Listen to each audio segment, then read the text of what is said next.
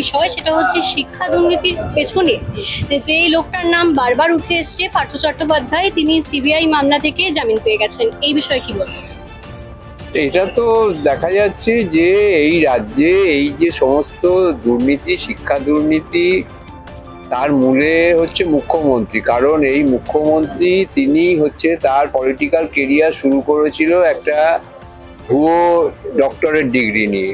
North Georgia university না কোথাকার যেন তিনি ডক্টরেট ছিলেন, পরে যার জানা গেছে যে সেই ইউনিভার্সিটির কোনো অস্তিত্বই নেই।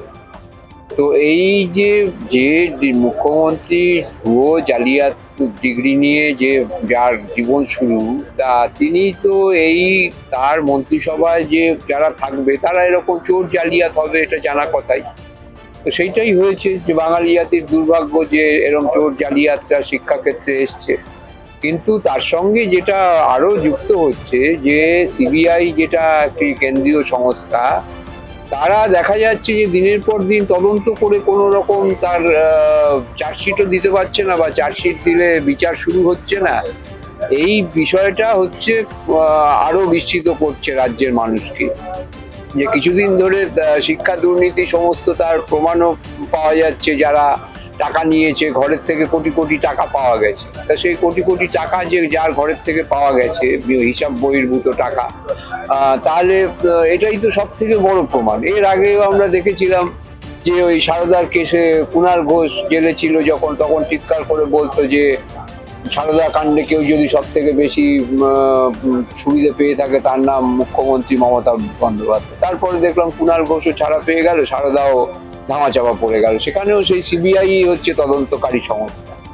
সুতরাং এই বিষয়গুলো মানুষকে, সাধারণ মানুষকে ধোঁকা দেওয়ার জন্য, এবং বাঙালি জাতির যে মেধা, যার জন্য বাঙালি জাতি একসময় বিখ্যাত ছিল, সেইটাকে নষ্ট করবার জন্যই এই ধরনের এই সমস্ত এজেন্সি এবং যে রাজ্য সরকার যারা চালাচ্ছে, তারা এইভাবে এই চক্রান্ত করে লোক দেখানোর জন্যে অ্যারেস্ট করছে, এবং তারপরে তার কোনো বিচার বা এই সেটা কার্যকরের অভয়া কাণ্ডই হোক, সব জায়গায় এই একই জিনিস দেখা যাচ্ছে যে এটা রাষ্ট্রগতভাবেই এই রাজ্যকে শেষ করবার জন্যে, এই রাজ্যকে চোর, ভিখিরি এবং মাতালের রাজত্বে পরিণত করবার জন্যই এই চক্রান্ত চলছে।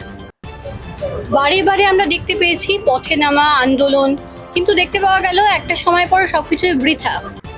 দেখতে পাওয়া যাচ্ছে যে 26,000 যে শিক্ষকদের চাকরি গেছে, তাদের যে রিভিউ পিটিশন ছিল সেটা সুপ্রিম কোর্ট একেবারেই খারিজ করে দিয়েছে।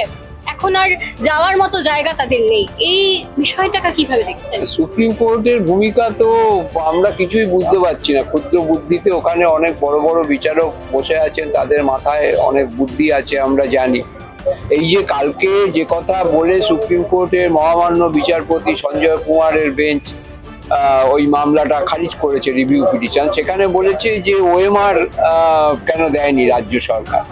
তো ওএমআর যখন মূল মামলা চলছিল, তখন সুপ্রিম কোর্ট কেন রাজ্য সরকারকে বাধ্য করতে পারলো না যে ওএমআরটা দিতে হবে, বা সিবিআই এর কাছে যে ওএমআর আছে তার ভিত্তিতেই তো মামলাটা হয়েছে, যে সিবিআই যে ওএমআর দিয়েছিল তার ভিত্তিতেই এসএসসির কাছে যদি নাও থেকে থাকে, যদিও এসএসসি এটা মিথ্যে কথা বলছে, কারণ এসএসসি চেয়ারম্যান আমাদের কাছে স্বীকারও করেছিল যে না, তার কাছে সব ওএমআর শিট রয়েছে। তা তিনি নির্দেশ পেলেই, কার নির্দেশ সেটা আর বলেননি, বলেছিল ওপরতলার নির্দেশ পেলেই আমরা সব বের করে দেবো।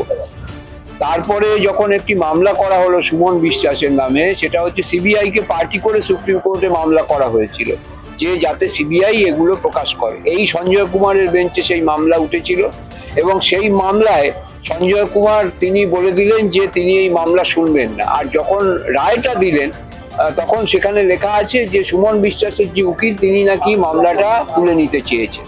তো এই যে সুমন বিশ্বাস, তিনি সুপ্রিম কোর্টের রেজিস্ট্রারের কাছে এই নিয়ে অভিযোগও জানিয়েছেন যে উকিল কি করে বলে এই কথা। তিনি কখনো উকিলকে বলেননি যে মামলা তুলে নেওয়ার কথা, সুমন বিশ্বাস উকিলকে কখনো বলেন। এই যে সঞ্জয় কুমার সেদিন একরকম বললেন, আবার কালকে বলছেন কেন এ জমা দেওয়া হয়নি। এই বিষয়টা সুপ্রিম কোর্টের বিরুদ্ধে আবার বললে তো নাকি মানহানির মামলা হয়ে যাবে, আমরা সাধারণ মানুষ যদি বলি। কিন্তু এই বিষয়টা সাধারণ মানুষ মেলাতে পারছে না যে সুপ্রিম কোর্ট তারা কি চাইছেন, আদতে কি চাইছেন। যারা কোনো দোষ করলো না, নিজেদের যোগ্যতায় চাকরি পেলো, তাদের চাকরি চলে গেল নাকি বিচার ব্যবস্থা রক্ষার স্বার্থে। আর যারা ওই সুপার নিউমারারি পোস্ট তৈরি করেছিল ক্যাবিনেট, সুপ্রিম কোর্টই বলেছে যে না, এতে নাকি সাংবিধানিক সংকট দেখা যাবে মন্ত্রিসভাকে যদি অ্যারেস্ট করা যায়। তার আগে সুপ্রিম কোর্টের, হাইকোর্টের বিচারপতি তারা বলেছিলেন যে ক্যাবিনেটকে হেফাজতে নিয়ে, সিবিআই হেফাজতে নিয়ে জিজ্ঞাসা করতে পারে। সুপ্রিম কোর্ট বলে দিল যে না, এতে নাকি সাংবিধানিক সংকট। তাহলে মন্ত্রীরা কি সংবিধানের ঊর্ধ্বে, বা তাদের সংবিধানের ঊর্ধ্বে যদি হয়, তাহলে তো আর গণতন্ত্র বলে কিছু থাকে না।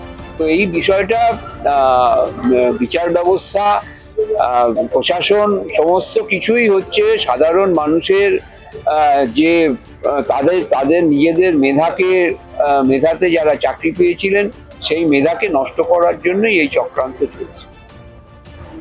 কন্যাশ্রী, যুবশ্রী, এটা তো অনেক বছর ধরেই হলো। মুখ্যমন্ত্রী এবার শ্রী এর খাতায় নতুন একটা পাতা যোগ করেছে, শ্রমশ্রী, যেখানে পরিযায়ী শ্রমিকদের 5,000 টাকা অনুদান দেওয়ার আশ্বাস দিয়েছেন তিনি। এই বিষয়টাকে কিভাবে দেখছেন?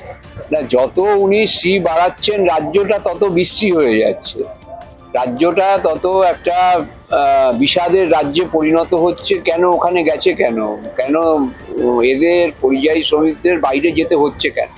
তার কারণ দক্ষিণ ভারতে বা উত্তর ভারতে বিভিন্ন জায়গায় দৈনিক মজুরি হচ্ছে 1,000 টাকা, 1,200 টাকা, আর এখানে হচ্ছে 400 টাকা। এর কারণটা কি? এখানে ওই দক্ষিণ ভারতের রাজ্যগুলো বা উত্তর ভারতের বিভিন্ন রাজ্য, তারা এআইসিপিআই অনুযায়ী মহার্ঘ ভাতা দেয়, বেতন দেয়। আর এই রাজ্যের মুখ্যমন্ত্রী তিনি বলে দিয়েছেন যে আমি সরকারি কর্মচারীদের মহার্ঘ ভাতা, বেতন এগুলো আমার খুশি মতো দেব। এই জন্য এখানে 400 টাকা দৈনিক মজুরি। আমাদের মহার্ঘ ভাতা 1% বাড়লে 6 টাকা দৈনিক মজুরি বৃদ্ধি পায়। তাহলে মহার্ঘ ভাতা যদি 50% বাড়ে, তাহলে দৈনিক মজুরি আজকে কর্ণাটকের সমান হবে, কেরালার সমান হবে। তাহলে আর তো এদের যেতে হবে না বাইরে। সেইটা না করে উনি এই যে দোল খাওয়ার রাজনীতি, মানে ডোল দেওয়ার যে রাজনীতি, মানুষের যে তার যে মর্যাদা, সেই মর্যাদাটাকে বারবার ক্ষুণ্ণ করছেন। এই কন্যাশ্রী হোক, যুবশ্রী হোক, শ্রমশ্রী হোক, এবং 5,000 টাকায় কোনো সংসার চলে না, এটা তারাই বলেছেন। এই টাকাটা উনি দিচ্ছেন, এই 26 সালে ভোট আছে, ওনার পার্টির লোকেরাই বকলমে পরিযায়ী শ্রমিক সেজে সেই টাকাটা হাতাবেন। এই জন্য জনগণের টাকা উনি নয়ছয় করছেন, কর্মচারীদের দিয়ে দিতে পারছেন না। হাইকোর্টে যে মামলা হয়েছে দুর্গাপুজোর অনুদান নিয়ে, সেখানেও এই ডিএর ব্যাপারটা উঠে এসেছে, যে যেখানে রাজ্যের মুখ্যমন্ত্রী বলছে উকিলের মারফত যে ওনার কোমর ভেঙে যাবে, সেখানে এই অনুদানের টাকা কি করে আসছে? প্রায় 5,000 টাকার অনুদান, এই যে সাহায্য দেবে, এই টাকার উৎস কি, কোথা থেকে এই টাকা দেবে, সেটা কখনো পরিষ্কার নয়। সুতরাং এইভাবে ওই একটাই, প্রথমেই যেটা বললাম, যে রাজ্যটাকে চোর, ভিখিরি এবং মাতালের রাজত্বে পরিণত করবার বাঙালিদের, আজকে বাংলাভাষী করে চিৎকার করছেন। তো বাংলাভাষী, ওনারই এক মন্ত্রী বলেছিল যে কিছুদিন বাদে পশ্চিমবঙ্গের অর্ধেক লোক নাকি উর্দু ভাষায় কথা বলবে, কলকাতার অর্ধেক।